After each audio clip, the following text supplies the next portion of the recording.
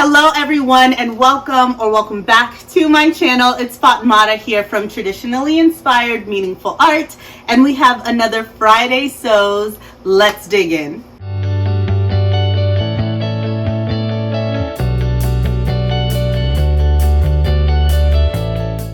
So thank you so much to Jen from Today in Jen's Sewing Room for kicking off this hashtag, a place that we meet weekly to talk about the things that we've gotten up to in our sewing spaces. We talk about creativity and hopefully draw inspiration from each other.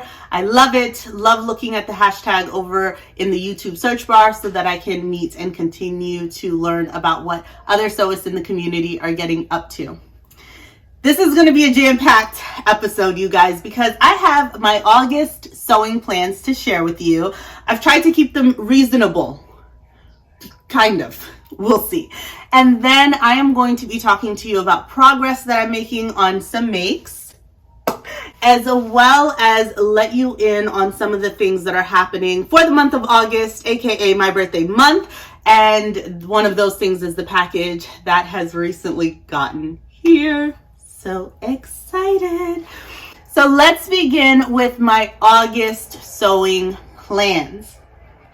I've tried to keep them reasonable this month, and I actually have things that are targeted, whether it's through a collaboration or an upcoming event that hopefully will keep me grounded and anchored in those plans that I'm making and make it all the more enjoyable for me to actually see them through to the finish line. We need a lot of that. So the very first thing that I'm going to be sewing up in the month of August, it should be the very first thing we shall see.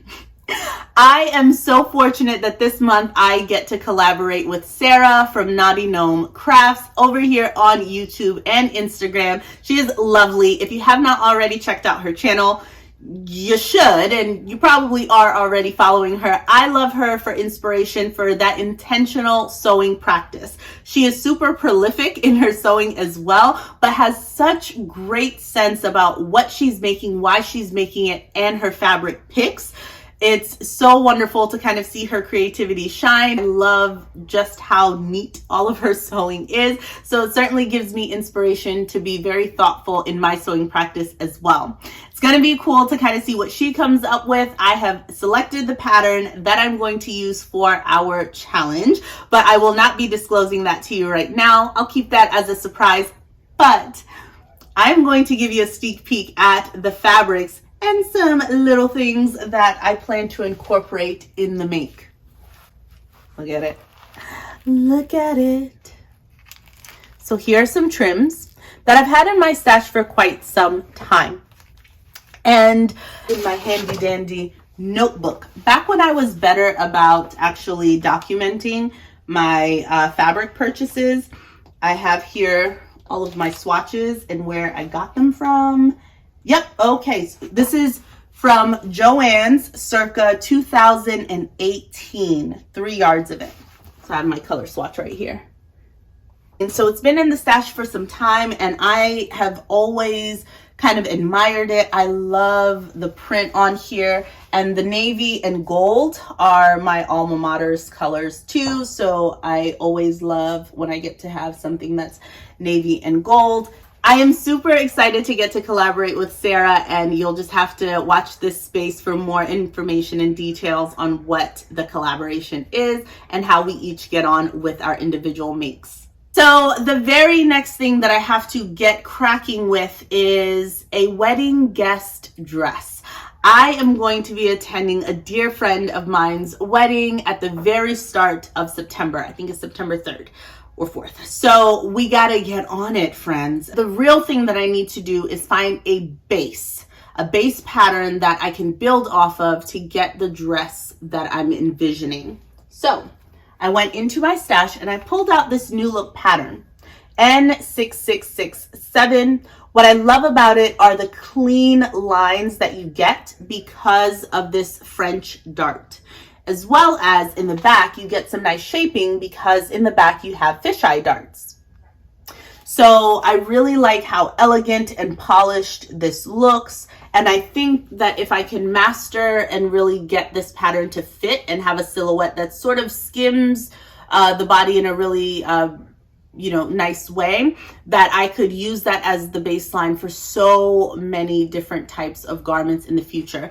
I don't have to tell you how much I love this neckline, do I? That neckline for me is so elegant, elevated, and I think it's going to be exceptional. So the fabrics that I've picked out of my stash to help me make this, I began with this yellow fabric. I've just wanted to use this fabric for a long time, and I felt like, all right, just pull it out and see if this is a good toile fabric. So I have about 2.5 yards of this, and I received this, it's a poly crepe fabric with this beautiful, I don't know if these are magnolias, I don't know what flower this is, against this, like this mustard color. It's beautiful. I've loved it so much, and it's been in my stash. I got this at G Street Fabrics maybe 2 years ago. And I have 2.5 yards of it. This was actually on their floor in their showroom, and I got it during a sale. So I'm really excited to possibly use this. I liked it because when I look at this fabric, while it's not stripes by any means, the vines sort of do follow, a vertical path up the fabric. And I didn't want to break up those lines too much. So I did think that it would be a good match for a pattern like this, where, it's kind of, for the most part, kind of straight up and down. The actual wedding guest dress, the fabric that I want to use for that also came from my stash. And I'm pairing 2 different fabrics because, again, there's a vision that I have for some embellishment details that could be really fun. But I've had this red, I don't know if this is like a triple crepe fabric of some sort. It just has such a good body to it, but phenomenal drape. I cannot get over how best of both worlds this fabric is. It is this bright, electrifying red, which is one of my colors in my color palette, actually. Can you see it? I don't know. But it is a very striking color.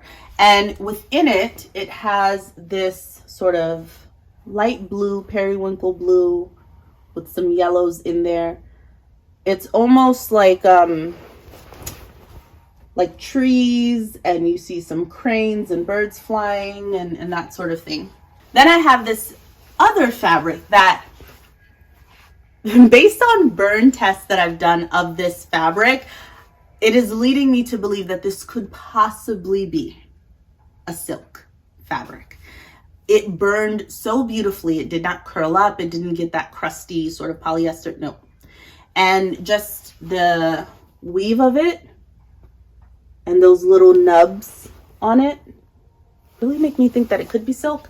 On the reverse of this, if you can see the contrast, you'll see the polka dots. You'll have the dark polka dots on one side and then the lighter ones. So it's actually the threads that are woven to do that sort of design detail to get those polka dots, almost like a jacquard-like effect. It's beautiful. I thrifted this for $7.99, and there is about 6 yards of this fabric here. I know that's kind of lofty to be like, oh, I got 6 yards of silk for $7.99, but legitimately, I have no other reason to believe that this is anything other than some sort of natural fiber. So I'm going with it. Anyway, I really like this because I think it helps to bring out some of that blue that is in my main fabric that I want to use. And I only want to use this for certain contrast details. One of the things that I also did when I pulled out this fabric was I went into my trim stash and I started pulling out trims that sort of went with these fabrics, which is a practice that I hope to continue doing throughout my making, because after going to Miami and going to the Zimmerman showroom and also just looking through my Pinterest board and thinking of all of the things that inspire me, often it's the items that have interesting details. It seems like someone took additional time with that piece to really elevate it and use either notions or trims that just take it up a notch. And I want to start incorporating more of that into my sewing and I have the materials to do so. It's just so often that I'm rushing so fast that I overlook the opportunities that are right in front of me to actually use my stash. So what I'm gonna do is I start pulling out the fabric and I dive right into my Notion stash and start picking up different trims and things that I think would pair well. So I have this rickrack trim, and these are the jumbo size, and I have enough of them there to really make some interesting details as well, and it goes perfectly with the red in the base fabric. And again, that is New Look N6667. If you have seen anyone make this dress, please let me know. I did look up the Instagram hashtag. I only saw one other person who made it, and they made it out of this beautiful like suede like fabric, and that was it. So I have no idea. I have no idea what to expect, and I also haven't been able to see it on multiple body types to have a formulated idea of like, is this a good path? So let me know. Additionally, the third thing on my plans list is a white button-up top using the lovely hibiscus cotton fabric that I picked up at JoAnn's recently. I've been eager to dig into this cotton fabric that I picked up at JoAnn's. This is still in stock at JoAnn's, so I will try. Fatmata, when you're editing this, please remember to link the hibiscus cotton fabric in the description box. Note to self. All right, so I just think it's so beautiful. I love that this is actually embroidered into the fabric. The beautiful 3D effect of the stitching. I love this fabric. It is very light, very sheer. So I had been hemming and hawing about how I want to actually utilize it, but at the end of the day, I know that I want this fabric as a button-up top. So I was rummaging through all of my things here on my little wheelie cart, and at the very bottom, shoved in a little corner, was this fabric. Those of you who have been here on the channel for a long time might remember this fabric back in February of this year, during Shebuary, hosted by the lovely Estelle from C Stelly. So we were going to be making all the tops, all the blouses, okay? And I had picked out this vintage pattern. It is Butterick 4625. Butterick 4625. I fell in love with this instantly when I saw it at the thrift store and was super excited to bring it home. Have yet to make it. Had it cut out. For whatever reason, that February, I was working on a lot of other things, and this just fell to the wayside. I don't think that this would take me too long to actually finish, right? So I want to finish this mainly so that I can see if I like the fit of the size that I cut in this vintage pattern, and then make any alterations and adjustments. I like it because there is no side dart. You get the shaping for the bust from the gathering stitches up here that sits right past the shoulder. So I think that would be really nice because that fabric is so light and semi-sheer. I didn't want to have the sheerness and then that really solid opaque triangle that would happen if I created a dart and had to fold the fabric over. So I think this would be really nice. That's again another toile and make set. If I don't get to this white top throughout the month of August, like if I don't finish it, I am not going to shed any tears over that. It is fine. I'll get to it when I do. But it is one like of the fabrics that I've picked up recently that I've just been like, I really want to make it. I want to make it. Finally, the only other thing that I am trying to work on, which will also serve as a sewing update for the week, is the tiered linen dress.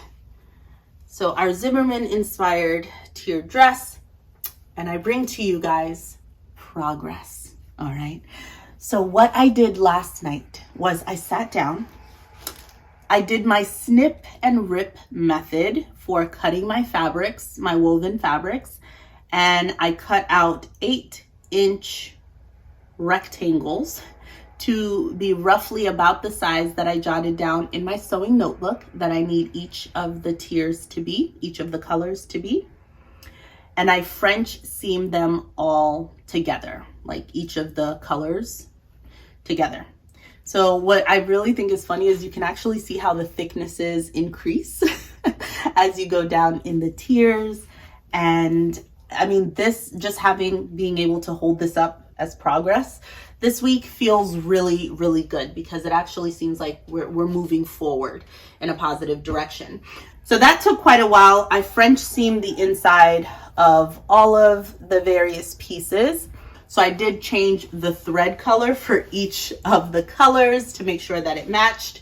I have started vlogging the process, so I won't bore you with too many details, but I have started vlogging the process, and I cannot wait to put that video together when we get to a place where I can show you the finished make. I don't think I'll be able to make too much more progress on that this weekend, because I will be taking the final family trip of the summer tonight, actually. So to recap, we have my collaboration make with Sara from Naughty Gnome Crafts. It is going to be a surprise, but can't wait to kind of disclose more of that for you soon. And then I have my wedding guest dress. I have a white button-up top that I want to make, and I'm just eager to continue slowly making progress on the tiered linen dress. Something that I did not show you or get to talk about in my vacation collection makes reveal is this dress. Remember I had shown you this fabric?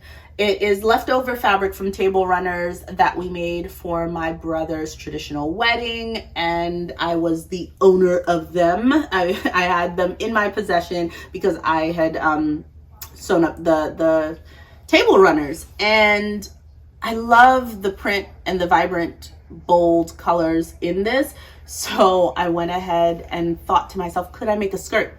Mainly because I had previously done the painstaking task of actually cutting out those circles and creating the longest flouncy fabric roll ever. So this is just yards and yards of a beautiful flounce that I was hoping to use as embellishment for a garment. So I was like, oh, this would be a really nice like vacation make. However, what I failed to realize was the inspiration sort of skirt or swishiness that I wanted from the flounce could not be achieved with flounce at this depth. Like, it's just not a long enough flounce. So when I tried to attach this to the skirt, it really just sticks up. I think this length of flounce would be really nice for something that you might put like on a bodice. For example, if I'm making a bodice that has a lovely princess seam up from the shoulders, like to put it probably on the dress or on the bodice like this, to have over and around my shoulder. I think that could be pretty nice, but trying to put this like on a skirt, it sticks straight out sort of like that in not the most appealing way for me, especially as someone who has wider hip.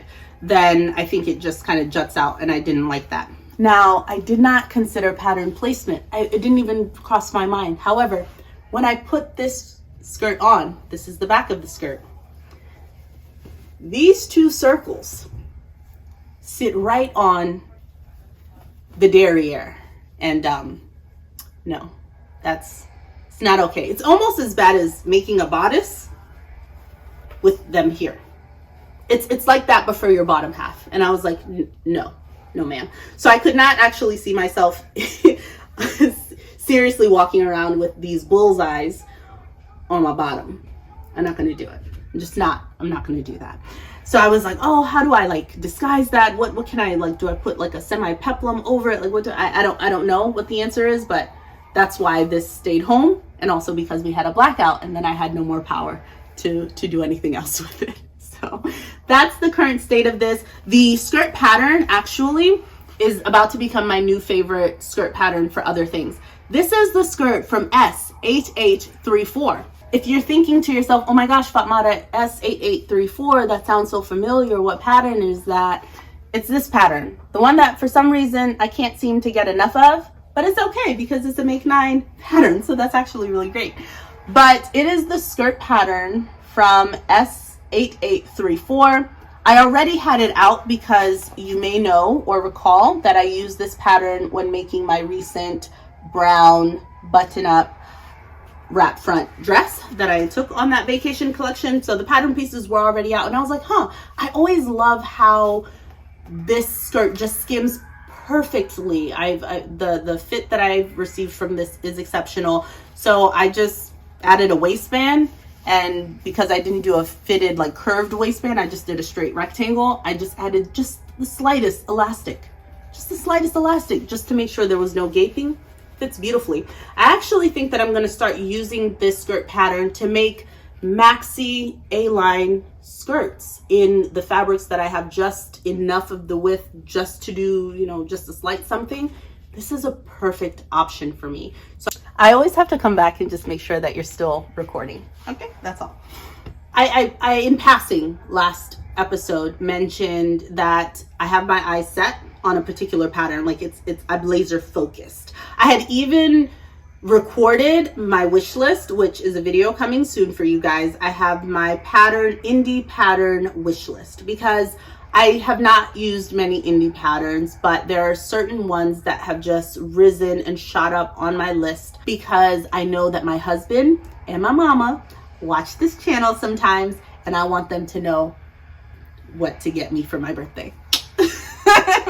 Anyways, last Friday sews, I mentioned that the Pietra pants were a pattern that I've always really admired, really want to make. I have a wool, chartreuse wool fabric that I had picked up at G Street Fabrics last month, and by golly, Sara just so kindly gifted me a gift card to Closet Core Patterns, and I am the newest acquirer of the Pietra pants pattern. So just a huge thank you to Sara. I am so grateful, so grateful. And what you may or may not already know is how delightful Sara is and how sweet she is. So huge thank you again to Sara from Naughty Gnome Crafts. I'm so excited to dig into the Pietra pants. I think they're going to be top of the list in my September sewing plans makes, but we're just going to have to wait and see. So update on mom. So I went to visit this week and we set up my mom's sewing machine. I was super excited to just get her acclimated to the machine.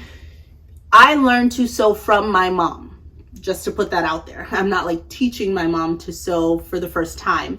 My mom sewed when we were younger, but she primarily focused on mending things around the house, maybe putting together duvet covers, hemming curtains, fixing, you know, things around the house, or mending our clothing. So we always had a sewing machine in the house. And towards the end of my high school career, you know, one of those days I was like, Mom, I just need to learn how to thread this machine. Like, show me how to use it. And that's where my sewing journey began. So my mom did teach me how to sew. A couple of years ago, she got rid of the machine that she used to have, the one that I learned to sew on. So she no longer had that. My siblings and I gifted her a sewing machine probably a year or so ago, but she hasn't had the opportunity to use it. So this week we unboxed it, we got it all oiled up and ready to go, and she started immediately with some of the fabrics that she had recently gotten from G Street Fabrics, some of her knits, starting to just zigzag stitch the edges and just get used to using the machine. So hopefully she'll be utilizing that as she has time to do so. But that was really exciting this week. It has become an annual practice since maybe 2020, or maybe last year. Maybe it was just beginning last year. This is either the second annual or the third annual installment of Fatmata's Mood Fabrics birthday haul. I am not going to unbox this in front of you. This is going to have its own dedicated separate video because it deserves it. What is in this box is incredible. It's next level stuff, in my opinion. Humbly, in my opinion. And I'm so excited about it. Aside from that, what else did I want to say? I'm going to have a lot of editing to do here. Wow. Second to last agenda item right here. I have been talking about destashing my fabrics. It is not a drill, not a game. It's coming. It's forthcoming. I would love to get some of these things out of the house before the school year begins. Babies need space to put things, okay? Now, I have already gone through my stash and like assembled, put aside the fabrics that I want to put up on a destash. The thing that is holding me back is the decision between having an Instagram Destash account and then using Destashify. I'm going to ask you all here to poll down below, but honestly, I think I'm leaning towards Destashify simply because me and Instagram, we're not buddies. Like, we're not friends at the moment. I'm building my way back. But I think the idea of trying to manage 2 Instagram accounts, even though I hardly use mine, but I know that on Destashify, it's there. It goes in a cart. You get an email, then it's done. I'm thinking Destashify might be the way that I go. Any hoosers, I'm really hoping that in the month of August, I can get to you, whichever platform it is, get to you with those fabrics, because I for myself, I'm treating it sort of like a fundraiser. One of the things that I've wanted for this channel for a long time is a proper camera. Like, me and my phone we've been rocking it out, getting you quality, sometimes semi-quality content on a consistent basis. But I think being able to have a dedicated camera for this whole business, and one that I can see myself, like a flip out, would be great, because every once in a while you see me doing this. I just want to check and see if the camera's still recording every single time. That's it. So I want to be able to not do that. I also want to be able to see myself, so that as I'm holding up fabric and patterns, I can see if you can see what I want you to see, because really I'm just guessing if I'm at like camera height. Anyways, it is my goal to get a vlogging camera for this channel. I've already been saving up myself for it, but as one of the ways to kind of get closer to that goal, maybe a bit faster, I have set up a coffee account, which I will link down below. Great birthday gift, because I run on coffee with working full time, trying to get sewing done with my family. It's a lot, and I do run on coffee. Usually it's the Dunkin' Donuts variety, but I will take this kind of coffee. So the link is down below, and I so appreciate anyone who's willing to go over and look at the page or considers donating there. So that is something that I've kind of put up there, but I think having this Destash also, it's more of an opportunity for you to also get something in return, something from my stash that I have loved, but just need to part with to make room for some of the other things that are coming in. And I will be sharing all of those fabrics, and you know how I love my fabrics. So this was not an easy task to do, but I'm willing to do it to help hopefully allow you and your creativity to soar as well with those items, and then for me to also be able to help invest back in this channel. So that's coming soon. Let me know if you have a preference down below. If you have done a Destash on either platform, if you have any tips. I have watched Whitney from Whit Makes. She did a 2-part where she actually went through the process of how to link and post fabrics on Destashify. I know she's an ambassador for them. So I've seen it done both ways. Just want to kind of see, but I think I'm leaning towards Destashify. I hope either way you're excited about it. This has been the longest Friday sews ever in the history of this channel. So I am going to humbly and just shut my mouth after this just one thing. Okay, I don't know how everyone else feels about their birthday month, but the older I'm getting, the more I'm, one, coming into myself, and secondly, recognizing that things aren't always just going to fall into your lap. Like, it's okay to put yourself out there to move closer to the things that you desire.